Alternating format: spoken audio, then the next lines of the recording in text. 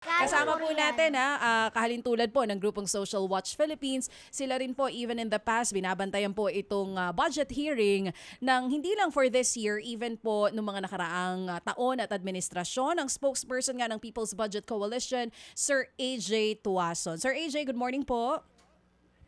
Good morning po, Manang Ted at DJ Chacha. It's AJ Montesa po from the People's Budget Coalition. Ayun, Sir AJ Montesa. Naku, pasensya na po. Saan niyo Oo. kinuha yung Tuason? Yun ang nakalagay sa screen. Ay, talaga. Oo. Oo. Sorry po. Sorry po, Sir AJ. AJ Sorry po. Montesa. Oo. Sir, Okay lang, good morning po. gusto muna namin kamustahin. Kamusta po yung application ninyo para ma-accredit nga po bilang isa sa mga observers dito po sa Bicameral Conference Committee? Ayun po, so last week po nag-send na po ng guidelines ang House Task Force on People's Participation o yung TFPP. So sila po yung inatasan na maging liaison sa mga civil society organizations. Nag-send na po sila ng requirements, no? So ito po yung mga requirements. Kailangan po may letter of intent, kailangan may organization profile, may contact details, and then may past or current registration with any national government agency. So actually, very similar ito sa na-recommend namin na maging very open po para hindi masyadong restrictive sa mga civil society organizations. So ongoing na po ang aming application to be accredited for the budget process. Oo. Sir AJ, base po sa binigay na statement sa inyo nung kayo nagpa-accredit, gaano daw katagal for an org para ma-accredit? And mahirap po ba yung mga requirements na hiningi sa inyo? Actually, wala po dito sa guidelines ang timeline, no? So we're not sure, no? Kasi I think for the task force, this is the first time that they're doing this experience nila. So I think nangangapa pa yung iba or they're still figuring it out, no? But we don't expect it to take long. Siguro less than a week yung processing nito, no? In terms of the requirements, hindi naman po ganun kahirap. Again, I think yung intent nito ay basta legit ka na organization, hindi ka lang yung organization na fly-by-night o kaya ginawa lang ng isang congressman to represent their interests, no? As long as may evidence or proof na may ginagawang work in the sector or in engagement with the government in the past, enough na yun for them to accredit you. Oo. At ang People's Budget Coalition, para lang po sa kaalaman ng publiko, gaano na kayo nagbabantay sa budget process po ng bayan natin? And ano pong reaksyon ninyo dito nga po sa Open BICAM na inanunsyo nitong Kamara? So actually, yung People's Budget Coalition po, nagsimula po ito siguro nung panahon ng COVID, no? Ang kasama namin si Ken Abante po ay gumawa siya ng Citizens Budget Tracker. So nung panahon ng COVID, syempre pinag-uusapan kung paano ba yung pandemic response natin. Important yung usapin ng budget, and at that time, dapat may inputs from the health sector, may inputs from the transport sector, from the labor sector. So yun po yung ginawang role ni Ken. Gumawa siya ng Citizens Budget Tracker. And since then po, no, nagpro-propose tayo ng amendments to the budget. Unfortunately, hindi lagi na-adopt yun. No? So, over time, nagbe-build kami ng coalition. Nasa 20 na po ang sumasali sa People's Budget Coalition sa ngayon, and more pa are on the way of who are interested to joining also the process. Oo. At ito pong grupo ninyo binubuo ng mga? Different sectoral organizations po, no? So may grupo from transport, may grupo ng education advocates, health advocates. Meron ding overall na tinatry na suyuin yung budget. Meron ding mga local stakeholders, no? So yun talaga yung goal namin. May mga tao kasi na syempre hindi pa nila alam kung paano i-engage yung budget dahil siguro iniisip nila masyadong technical o masyadong political, no? So yung goal talaga namin is i-reach out yung mga different organizations na wala pang kaalaman, and siguro i-orient sila, bigyan sila ng avenues, no? And if hindi sila comfortable na makilahok mismo, pwedeng kami po ang pumunta doon sa Kongreso at humarap para sa kanila. Oo, katulad nyo rin po itong grupong Social Watch Philippines kung saan talaga nagbabantay po sa budget process natin. Pero just recently, nagbigay nga po sila ng pahayag na hindi na po sila sasali dito po sa mga CSOs na itatalaga bilang official non-voting observer. Kasi under the rules, ang sinasabi nga po dito, pwedeng dumalo, pwedeng manood, mag-submit ng inputs, pero in the end, walang boses yung sa mismong desisyon at walang katiyakan kung mapapakinggan yung mga inputs po natin. Ano pong reaksyon nyo dito? Yes, we fully support yung move ng Social Watch na hindi na pumasok sa accreditation process, no. We agree with them kasi yung concept ng participation, 'di ba? Yung word na participation. Ano bang ibig sabihin nun? Hindi ibig sabihin ng participation ay observe ka lang, dekorasyon ka lang, nandiyan ka lang, no. Ang ibig sabihin ng participation ay makikialam ka din, makikisama ka din sa diskusyon, may inputs ka din, no. So far ang binigay nilang guidelines sa amin ay parang manonood lang kami, pwede kami mag-access ng documents, may timeline kung kailan kami mag-represent, mag-send ng feedback. Pero mostly, tapos na yung usapan by that time. No? So hindi talaga kami nag-participate. Ang ginawa na lang namin ay noted, comment na lang. So we're trying to push pa. We will still push for the accreditation. Magpapa-accredit pa rin kami because we want to maximize every avenue of participation. But we are still trying to talk to them and convince yung mga legislators, especially yung APRO chair na si Kong Mika Swansing, na gawing mas extensive din yung participation ng citizens, no? Na may boses talaga, maging resource person sa mga committee hearing. Oo, Sir AJ, kasi kanina binanggit nyo na po, even before, nagtatry kayo magbigay ng input sa mga nangyayaring budget process, pero madalang napapakinggan po kayo. Paano po ngayon na talagang gumawa sila ng, meron nga tayong open buy camp, pero under the House Resolution, walang sinasabi na napakikinggan po yung inyong inputs. Kung sakali man na hindi kayo pakinggan ni Swansing, ano pong plano ng grupo ninyo?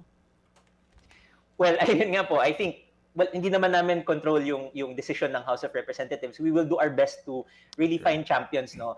Initially nung nagsimula yung committee hearings, yung DBCC hearing, may isang congressman, si Congressman Percy Sandanya, na-realize niya na nawawala na kami dun sa plenary hall. So na-point out niya yun, no. So I think we're counting on some of the members of Congress na talagang gusto na may boses ang civil society. Pag napalakas yung boses na iyon, no, I think mas makikita na we really do have a role to play. But other than that, no, actually yung accreditation nga and yung participation, yun nga, nakulangan kami.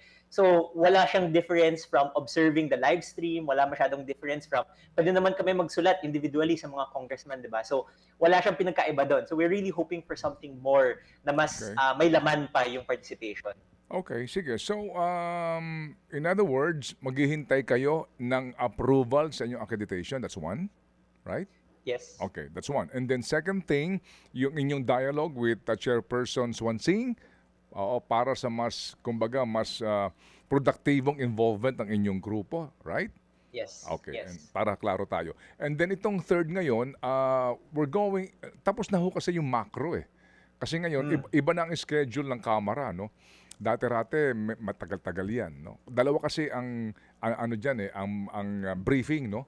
Yung macro, yung ng DBB, yung the Development Budget Coordinating Council, macro 'yon. And then micro, ito ng per department and bureaus, no? So sa ngayon sa micro, kayo ba ay sa lahat ba kayo ng departamento, may specific kayong gustong bantayan? So yes, nag-comment po kami dun sa DBCC. Pinag-aralan po namin yung macro na kalagayan ng budget at ng bansa natin, no. For the departments, no, we're planning to be strategic po. May iilang kaming sisilipin. So for example, next week po ang hearing ng DPWH, and important na bantayan ito, lalo na yung mga flood control. Ang nakita po namin sa programa ng DPWH, actually sa past na GAA, hindi po flood control yung pinakamalaki, yung convergence and special support programs na tinatawag ang pinakamalaki. So binabantayan po natin yung mga line items na ito, just so we can be sure na walang insertions dito. But we're also interested sa different sectors po, no? For example, yung education. Hindi po natin naabot yung minimum na 4 to 6% na nirecommend ng UNESCO. So babantayan po natin yun. Yung health po is a very important sector na kailangan natin bantayan because in the 2025 and 2024 GAA, napapansin natin na nababawasan pa yung allocation for healthcare po. And then of course, social protection, yung mga ayuda programs. Ito po kasi ay mga lump sum items na hindi necessarily na itemize. So kailangan din po bantayan po ito. Okay. Opo. And of course, health, no? Health, yan. Tama, di ba? Yes, health. Opo. Pero ito lang, input. Magandang input ito. Sa column today ni Jaris Bondok sa The Philippine Star, ang title nito ay PhilHealth should get 242 billion in 2026. But Marcos, DBM allot only 1/5. Alam mo, ang hugot kasi natin dito, yung automatic appropriation eh. Di ba? Yung syntax. No, automatic yan eh. Ito nga yung special ito na batas kung saan taon-taon meron na talaga makukuhang share based on the sin taxes ang PhilHealth bilang subsidy, no? Maliban 'yan doon sa subsidy din ng national government. So, ito halimbawa, kung ganun nga ang dapat matanggap ng PhilHealth na share sa sin tax at tapos kakapranggot ng ilalagay, sa puntong 'yon kung meron kayong research at materyales diyan, ano 'yon? So, para pa yung pag-question ninyo kung buo na yung loob nila na ganun. Yun ang pinupuntungan ng iba dito na parang useless lang ito, parang ginamit lang kayong palamuti doon, parang ganun ang dating. Anong take nyo doon? Oo nga po. Kaya nga po ayaw po namin na maging palamuti lang, ayaw namin maging dekorasyon lang. We don't want to whitewash the entire process, no. Itong issue ng PhilHealth, tama po kayo. Nasa batas na po iyon na dapat automatically allocated yung percentage para sa PhilHealth. Pero ang napansin namin, pag tinignan niyo po yung budget documents, may isa po kasing budget document, yung ang tawag doon ay Budget Expenditures and Sources of Financing o yung BESF. Nandun nakalagay yung itemized na automatic appropriations, yung mga earmarking. Napansin po namin for the longest time, wala po dun yung earmarking ng syntax, yung sa PhilHealth, no? So, yun yung kailangan natin i-point out. And I think mahalaga yung role ng civil society kasi kung hindi na napag-usapan ito sa media or sa labas ng Congress, no, hindi ito mapapansin. One example po is hindi lang yung 2025 budget po ito, yung 2024 budget, may inapprove po silang provision sa general provisions ng GAA ng 2024 na yung unprogrammed appropriations ay pwede nilang kunin sa cash reserves ng GOCCs. Kasama po dito yung PhilHealth na GOCC. Kaya nila nakunan ng 89.9 billion yung GOCC na yun. Oo nga. That's an issue, pati nga PDIC nakunan nila, di ba? Yes, correct po. Okay, sige. So, ilan ba kayo sa inyong miyembro sa dami ng inyong dapat na busisiin dito? And where do you get your finances? So ano po, sa ngayon po, we're representing 20 different organizations po, different sectors, and different individuals po, no? And mostly volunteer work po ito talaga. So hindi po kami sumusweldo, hindi po ako sumusweldo dito. This is really a passion project na we really want to make the budget something that is reflective of the people's needs, reflective and responsive of the people's needs po. Okay, sige. And we sincerely appreciate it para sa inyo dyan, sa inyong grupo. No, itong pagsasakripisyo ninyo, wala kayong sweldo, pagkukusa lang talaga ito? Yes, pagkukusa po, no. Share ko lang din po, no. Actually, may meeting po kami tomorrow with APRO Chair Mika Swensing, no. So, if maging productive yung discussion dito sa mga pinupush natin na representation, maybe we can update you po kung ano ba yung nangyayari, kung magbabago ba yung process, magiging mas extensive ba yung participation. So, we will let you know po kung mag-bear ng fruit yung conversation na iyon. Ay, salamat naman. Sige, sa panghuli lamang, AJ, ikaw ba yung in charge sa DPWH? Hindi po ako yung in charge sa DPWH. Okay, sige. Kasi sabi nabanggit mo kanina, di ba? Meron kayong, pati nga yung line item sa NEP. Ito lang just to remind you, may appropriations na naman kasi ito automatic din ito yung motor vehicle users charge, yung road users tax. Tama? Yes. Okay, naka-allocate yan ngayon kasi nga binuwag na yung road board, naka-allocate yan ngayon sa central office ng DPWH, no? Yes. Right. And they allocate it per district. Yes. So, tama. yes. Ito. Kaya nga makakakita ka doon sa provision per region, per district. Ito na yung mga para sa cat's eye. Ito na yun cat's eye, yung pavement painting, and then yung mga roller na mga barandilya, signages, nakalagay. So, yun lang ang pakisuyo natin. Baka pwede nyo bigyan ng pansin kasi isa yan sa sinasabing source of corruption sa DPWH. Hindi siya insertion, hindi siya na kumbaga bahagi siya ng NEP kasi nga automatic appropriation siya Meron talaga siya paglalaanan yung road users tax, AJ. Yes. So Manong Ted, sa DPWH po, no, sinisimulan na namin pag-aralan po yun. No? Ang napapansin po namin ay 80% ng budget ng DPWH ay nakalodge po sa central office. No? And ang understanding po namin ay, syempre yung central office na yung bahala mag-implement sa local areas, no? But kung 80% ng budget ng DPWH ay nasa central office, ibig sabihin hindi na natin nakikita yung distribution po, no. So that's one problem. And then pag tinitingnan po yung mga district engineering offices, nakikita po natin yan, no? So pinag-aaralan na po namin kung saan ba yung NEP, yung pinakamataas na NEP. Okay. May napapansin po kami na from the NEP, may mga district engineering office na lumolobo pa rin sa GAA. Oo. And then may mga district engineering offices naman na bumababa pa yung NEP to the GAA. No? So pinag-aaralan pa lang namin yan, and we will get back to you sa analysis namin. We're forming a technical team to be able Okay. to Opo. analyze and map this. Sige. So salamat na marami AJ, at kami ay sumasaludo sa inyo. Haba ng pasensya nyo. Yes, maraming salamat po, Manong Oo, Ted. at ito'y sakripisyo nga. At again, sana nga magbunga ng maayos itong inyong meeting dito kay Chairperson Swansing ng Nueva Ecija. Salamat sa inyo, AJ. Mabuhay.